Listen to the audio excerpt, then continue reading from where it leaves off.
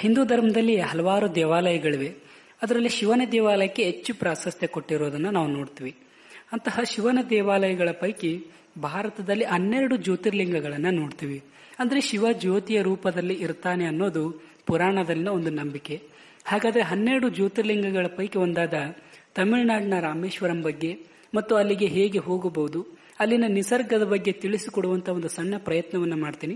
ಬನ್ನಿ ಫ್ರೆಂಡ್. ರಾಮೇಶ್ವರಾಯ ಶಿವ ರಾಮೇಶ್ವರಾಯ ಹರ ಹರ ಭೋಲೆ ನಮಃ ಶಿವಾಯ. ರಾಮೇಶ್ವರಾಯ ಶಿವ ರಾಮೇಶ್ವರಾಯ ಹರ ಹರ. ರಾಮೇಶ್ವರಂ ತಮಿಳುನಾಡಿನ ರಾಮನಾಥಪುರಂ ಜಿಲ್ಲೆಯ ಪಂಬನ್ ಎಂಬ ಪ್ರದೇಶದ ಒಂದು ತಾಲೂಕು ಮತ್ತು ದ್ವೀಪ ಪ್ರದೇಶ. ಇಲ್ಲಿಗೆ 2 ರೀತಿಯಲ್ಲಿ ಬರಬಹುದು. ಅಂದ್ರೆ ಒಂದು ರಸ್ತೆ ಸಾರಿಗೆ ಬಸ್ ಮೂಲಕ ಮತ್ತೆ ರೈಲು ಮೂಲಕ ಕೂಡ ಬರಬಹುದು. ರಾಮೇಶ್ವರಂಗೆ ಹತ್ತಿರದ ಏರ್ಪೋರ್ಟ್ ಅಂದ್ರೆ ಮಧುರೈ. ನಾನಿಲ್ಲಿ ಬಸ್ ಮೂಲಕ ಬಂದಿದ್ದು ಯಾಕಂದ್ರೆ ನಮ್ಮಪ್ಪ KSRTC ಡ್ರೈವರ್ ಆಗಿದ್ದರಿಂದ 1 ವರ್ಷದಲ್ಲಿ 1 ತಿಂಗಳು ಉಚಿತ ಪ್ರಯಾಣವನ್ನು ನಮ್ಮ ಸಾರಿಗೆ ಬಸ್ಗಳಲ್ಲಿ ಅವಕಾಶ ಮಾಡಿಕೊಟ್ಟಿದ್ದಾರೆ. ಅದಕ್ಕೆ ನಾನು ಕೂಡ KSRTCಗೆ ಸದಾ ಚಿರಋಣಿ. ಅಂದಹಾಗೆ ಬಸ್ 3 ಗಂಟೆಗೆ ಮಂಗಳೂರಿನಿಂದ ಡಿಸ್ಪ್ಯಾಚ್ ಆಗಿ BC ರೋಡ್, ಪುತ್ತೂರು, ಸುಳ್ಯ, ಮಡಿಕೇರಿ, ಮೈಸೂರು ಮೂಲಕ ಬೆಳಗ್ಗೆ 8 ಗಂಟೆ 30 ನಿಮಿಷಕ್ಕೆ ಮಧುರೈಗೆ ನಮ್ಮ ಬಸ್ ಬಂದು ತಲುಪುತ್ತೆ.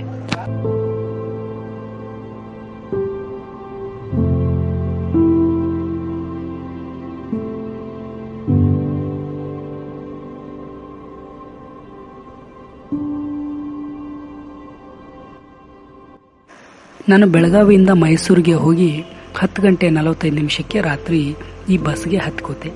ಮಂಗಳೂರಿನಿಂದ 677 ರೂಪಾಯಿ ಮತ್ತೆ ಮೈಸೂರಿನಿಂದ 410 ರೂಪಾಯಿ ಇದೆ ಮಧುರೈಗೆ ಮುಂಜಾನೆ 8 ಗಂಟೆ 30 ನಿಮಿಷಕ್ಕೆ ಬಂದು ಇಳಿಸಿದ್ರು. ಅಲ್ಲಿ ಸ್ವಲ್ಪ ಫ್ರೆಶ್ ಅಪ್ ಆಗಿ ಹೊಟ್ಟೆ ಬಹಳ ಹಸಿವಾಗಿತ್ತು, ಊಟ ಮಾಡಿದೆ. ಹೋಟೆಲ್ನವ್ರ ಜೊತೆ ಪ್ರತಿ ಸಲ ನಾನು ಮಾತಾಡುವಾಗ ರವಿಚಂದ್ರನ್ ಸರ್ ಅವರ ಈ ಸೀನ್ ನೆನಪಾಗುತ್ತೆ. ಯಾಕಂದ್ರೆ ನನಗೆ ಕನ್ನಡ ಭಾಷೆ ಬಿಟ್ಟು ಬೇರೆ ಭಾಷೆ ಮಾತನಾಡಕ್ ಬರೋದಿಲ್ಲ. ಇಂಗ್ಲಿಷ್ ಬಂದ್ರೂ ಕೂಡ ಅದು ಅಷ್ಟಕ್ಕಷ್ಟೇ. ಟೀ ತಗೊಂಬ. ಎಂದ ಟೀ ಟೀ ಚಾಯ್? ಓ ಚಾಯ್ ಅಲ್ಲ, ಇಷ್ಟು ಟೀ ಬೇಡ ನನ್ಗೆ, ಇಷ್ಟೇ ಟೀ ತಗೊಂಬ ಹೋಯ. ಹೆಂಗೋ ಟಿಫನ್ ಮಾಡಿ ಆಟೋ ಹತ್ತಿ ರಾಮೇಶ್ವರಂಗೆ ಟ್ರೇನ್ ಹತ್ತೋಕೆ ಬಂದೆ. ಆದರೆ ಟ್ರೇನ್ ಯಾವುದೋ ಟೆಕ್ನಿಕಲ್ ಇಶ್ಯೂ ಇಂದ ರಾಮನಾಥಪುರಂಗೆ ಲಾಸ್ಟ್ ಅಂದ್ರು. ಆ ಕಡೆ ಇನ್ನೂ 55 ಕಿಲೋಮೀಟರ್ ತಮಿಳುನಾಡಿನ ಬಸ್ನಲ್ಲಿ ಹೋಗಬೇಕಾಯಿತು. ಮಧುರೈಯಿಂದ ರಾಮನಾಥಪುರಂಗೆ ಬಂದು ಹೇಳಿದೆ. ರೈಲ್ವೆ ಸ್ಟೇಷನ್ ಅಪೋಸಿಟ್ಗೆ ಬಸ್ ಸ್ಟ್ಯಾಂಡ್ ಇತ್ತು. ಅಲ್ಲಿಂದ ರಾಮೇಶ್ವರಂಗೆ ಬಸ್ ಹತ್ಕೂತೆ.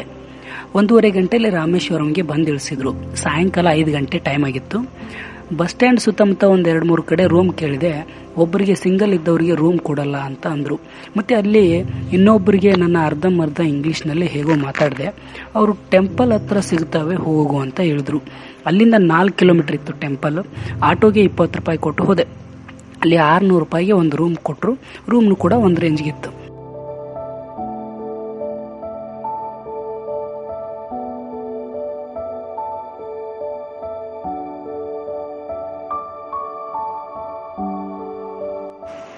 ಇನ್ನು ಬೆಳಗ್ಗೆ ದರ್ಶನಕ್ಕೆ ಬೇಗ ಹೋಗ್ಬೇಕಂತ ಮತ್ತೆ ಜರ್ನಿ ಕೂಡ ಸ್ವಲ್ಪ ಸುಸ್ತಾಗಿತ್ತು. ಸಾಯಂಕಾಲ 7:30ಗೆ ಬೇಗ ಊಟ ಮಾಡಿ 8 ಗಂಟೆಗೆ ಮಲಗಿದೆ. ಬೆಳಗ್ಗೆ ಎದ್ದು ಫ್ರೆಶ್ ಅಪ್ ಆಗಿ ದೇವಸ್ಥಾನ ಕಡೆ ಹೊರಟೆ. ಟೈಮ್ ಕೂಡ ಬೆಳಗ್ಗೆ 6 ಗಂಟೆ ಆಗಿತ್ತು. ದಾರಿಯಲ್ಲಿ ಒಂದು ಚಹಾ ಕುಡಿದು ಹೋದೆ. ಈ ದೇವಸ್ಥಾನಕ್ಕೆ 4 ದಿಕ್ಕಿಗೂ ಒಂದೊಂದು ದ್ವಾರ ಮತ್ತು ಗೋಪುರಗಳಿವೆ. ಎಲ್ಲಾ ಕಡೆಯಿಂದನೂ ದರ್ಶನಕ್ಕೆ ಬಿಡ್ತಾರೆ. ನಾನು ದಕ್ಷಿಣ ದ್ವಾರ ಮೂಲಕ ಹೊರಟೆ. ಇಲ್ಲಿ ಇನ್ನೊಂದೇನೆಂದ್ರೆ ಅಗ್ನಿ ತೀರ್ಥ ಅಂತ ಇದೆ. ಅದರಲ್ಲಿ ಸ್ನಾನ ಮಾಡಿ ದರ್ಶನಕ್ಕೆ ಹೋಗೋದು ಒಂದು ಪದ್ಧತಿ. ಆದ್ರೆ ನಾನು ಆಲ್ರೆಡಿ ರೂಮಲ್ಲಿ ಸ್ನಾನ ಮಾಡಿದ್ರಿಂದ ತಿರ್ಗಾ ಸ್ನಾನ ಮಾಡಕ್ ಹೋಗ್ಲಿಲ್ಲ. ಡೈರೆಕ್ಟ್ ಆಗಿನೇ ಹೋದೆ. ಪ್ರಭು ಶ್ರೀರಾಮ ರಾವಣನನ್ನು ಸಂಹಾರ ಮಾಡಿದ ನಂತರ ತನ್ನ ಪಾಪವನ್ನು ಕಳೆದುಕೊಳ್ಳೋದಕ್ಕೋಸ್ಕರ 3 ಶಿವಲಿಂಗ ದೇವಸ್ಥಾನಗಳನ್ನು ಸ್ಥಾಪನೆ ಮಾಡಿದಂತೆ.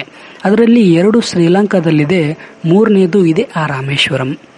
ಸೀತಾದೇವಿ ಮರಳಿನಿಂದ ಮಾಡಿದಂತಹ ಲಿಂಗವನ್ನ ಪ್ರಭು ಶ್ರೀರಾಮ ಇಲ್ಲಿ ಸ್ಥಾಪಿಸಿದ ಅಂತ ಹೇಳ್ತಾರೆ.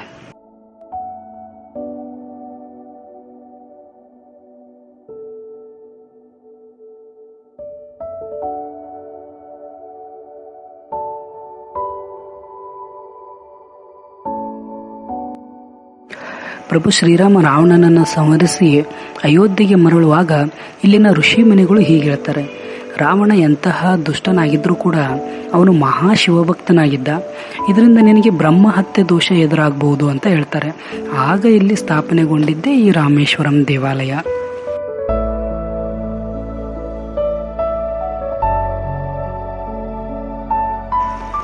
ಇಲ್ಲಿ ಮುಖ್ಯವಾಗಿ 2 ಶಿವಲಿಂಗಗಳಿಗೆ ನಿತ್ಯ ಪೂಜೆಯನ್ನು ಸಲ್ಲಿಸಲಾಗುತ್ತೆ. ಶ್ರೀರಾಮ ಆಂಜನೇಯನಿಗೆ ಕೈಲಾಸದಿಂದ ಶಿವನಿಂದ ಲಿಂಗವನ್ನು ತರಲು ಆಜ್ಞೆ ಮಾಡ್ತಾನೆ. ಅದರಂತೆ ಆಂಜನೇಯನು ಕೂಡ ಶಿವಲಿಂಗ ತರಲು ಕೈಲಾಸಕ್ಕೆ ಹೋದ. ಶಿವ ಧ್ಯಾನಾಸಕ್ತನಾಗಿರೋದನ್ನು ಕಂಡ ಆಂಜನೇಯ ಧ್ಯಾನದಿಂದ ಎಚ್ಚರ ಆಗುವವರೆಗೂ ಕಾಯ್ತಾನೆ. ಆದರೆ ಇಲ್ಲಿ ಪ್ರಭು ಶ್ರೀರಾಮ ಒಳ್ಳೆಯ ಗಳಿಗೆ ಸಮಯ ಮೀರ್ತಾ ಇದ್ದಂತೆ ಸೀತಾದೇವಿ ಮರಳಿನಿಂದ ಮಾಡಿದ ಲಿಂಗವೊಂದನ್ನು ಸ್ಥಾಪಿಸಿಬಿಡ್ತಾನೆ. ನಂತರ ಕೈಲಾಸದಿಂದ ಆಂಜನೇಯ ಶಿವಲಿಂಗವೊಂದನ್ನು ತಂದು ಶ್ರೀರಾಮನ ಕೈಗೆ ಕೊಟ್ಟು ತುಸು ಮುನಿಸ್ಕೊಳ್ತಾನೆ. ಆಗ ಶ್ರೀರಾಮ ಆಂಜನೇಯನ ಮುನಿಸನ್ನು ತಣ್ಣಗಾಗಿಸುವುದರ ಜೊತೆಗೆ ಆಂಜನೇಯ ಕೈಲಾಸದಿಂದ ತಂದ ಶಿವಲಿಂಗವನ್ನು ಇಲ್ಲೇ ಸ್ಥಾಪಿಸಿಬಿಡ್ತಾರೆ. ಇದರ ಫಲವಾಗಿ ಇವತ್ತಿಗೂ ಕೂಡ ನಾವು ಇಲ್ಲಿ 2 ಶಿವಲಿಂಗಗಳಿಗೂ ಪೂಜೆ ನಡೆಸೋದನ್ನು ನೋಡ್ತೇವೆ.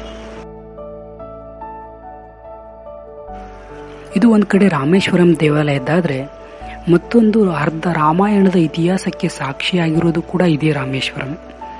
ಪ್ರಭು ಶ್ರೀರಾಮ ರಾವಣನ ಸಂಹಾರಕ್ಕೆ ಹೋಗುವಾಗ ಇಲ್ಲಿನ ಈ ತೀರ್ಥದಲ್ಲಿ ಸ್ನಾನ ಮಾಡಿ ಹೋಗ್ತಾನೆ ಮತ್ತು ಪಕ್ಕದಲ್ಲಿ ಲಕ್ಷ್ಮಣ ಕೂಡ ಇದೇ ರೀತಿ ಸ್ನಾನ ಮಾಡಿ ಹೋಗಿರೋದ್ರಿಂದ ರಾಮತೀರ್ಥ ಮತ್ತು ಲಕ್ಷ್ಮಣ ತೀರ್ಥ ಎಂಬ 2 ತೀರ್ಥಗಳನ್ನು ನಾವು ಇಲ್ಲಿ ನೋಡಬಹುದು.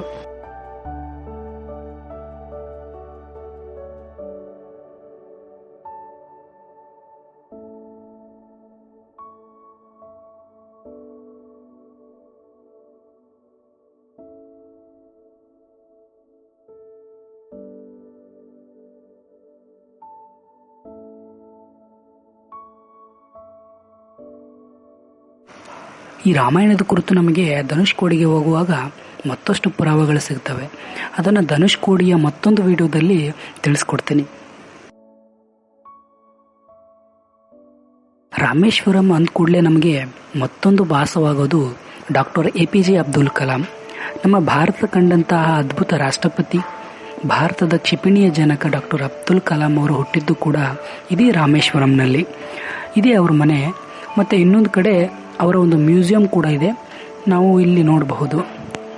ಇಲ್ಲಿ ಕ್ಯಾಮ್ರಾ ಒಳಗಡೆ ಅಲೋ ಇರೋದಿಲ್ಲ, ಅದಕ್ಕೆ ಒಳಗಡೆ ಯಾವುದೇ ವಿಡಿಯೋ ಕೂಡ ನನಗೆ ತೆಗೆಯೋಕ್ಕಾಗಲಿಲ್ಲ. ಒಟ್ಟಾರೆ ರಾಮೇಶ್ವರಂನಲ್ಲಿ ನಾವು ಮುಖ್ಯ ದೇವಾಲಯದ ಜೊತೆಗೆ ರಾಮತೀರ್ಥ, ಲಕ್ಷ್ಮಣ ತೀರ್ಥ, ಅಗ್ನಿಕೊಂಡ ನೋಡುವುದರ ಜೊತೆಗೆ ಡಾಕ್ಟರ್ APJ ಅಬ್ದುಲ್ ಕಲಾಂ ಅವರ ಸ್ಮಾರಕ ಭವನವನ್ನು ಕೂಡ ನೋಡಬಹುದು.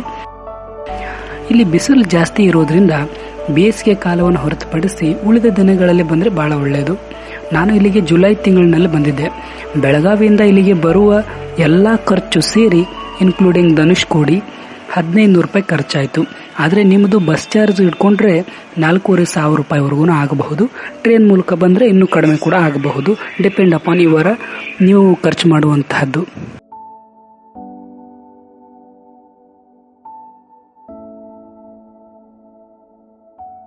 ಒಟ್ಟಾರೆ ರಾಮೇಶ್ವರಂ ಒಂದು ಸುಂದರವಾದ ತೀರ್ಥಕ್ಷೇತ್ರ ಅನ್ನೋದರಲ್ಲಿ 2 ಮಾತಿಲ್ಲ. ಭಾರತದ 12 ಜ್ಯೋತಿರ್ಲಿಂಗಗಳ ಪೈಕಿ ನಾನು ದರ್ಶನ ಮಾಡಿದ 2ನೇ ಜ್ಯೋತಿರ್ಲಿಂಗ ಈ ರಾಮೇಶ್ವರಂ. ಮುಂದಿನ ಜ್ಯೋತಿರ್ಲಿಂಗಗಳ ಜೊತೆ ಮತ್ತೆ ಸಿಗೋಣ. ನಮಸ್ಕಾರ.